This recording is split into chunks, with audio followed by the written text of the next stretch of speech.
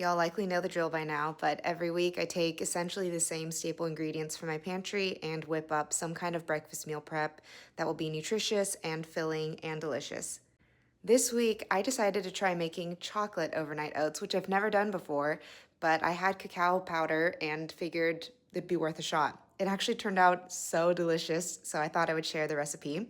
We are still really into our Greek yogurt bowls, which I just posted the recipe for last week. So I decided to just make 6 of these oatmeal bowls for this week to carry us from Monday to Wednesday. And then Thursday, Friday, we could go back to our yogurt bowls. So for this recipe, I just did 3 cups of oats instead of 4, and then 3 tablespoons of chia seeds, 3 of the hemp hearts, 3 of the cacao powder, and 3 tablespoons of ground flax as well. That should add omega-3s, fiber, protein, magnesium, iron, and so much more into my oats, so it's just very beefed up nutritionally. Then you just whisk it all together until it looks something like this. And then I usually do a 1-to-1 ratio of oats to almond milk, but this time because I put in so many water-hungry ingredients like chia seeds and ground flax, I did 3.5 just to have it a little bit more watery. And then I don't usually sweeten my overnight oats, but I did just 1 tablespoon of maple syrup just because I usually associate chocolate mentally with something sweeter. I will add fresh blueberries on top later on so that it adds natural sweetness as well.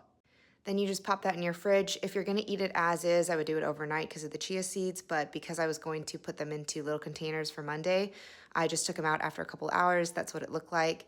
And these are the toppings I'm going with this week: frozen organic blueberries, pecan pieces, and unsweetened cacao nibs, which will add antioxidants, magnesium, and an energy boost as well as a nice chocolatey crunch.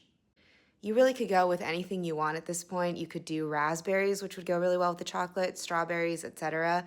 I usually will default for some kind of frozen fruit just because it's easier. And that's it. It takes me very minimal time to dump it all into a bowl, mix it up together, plate it into these little containers, and we are good for the week.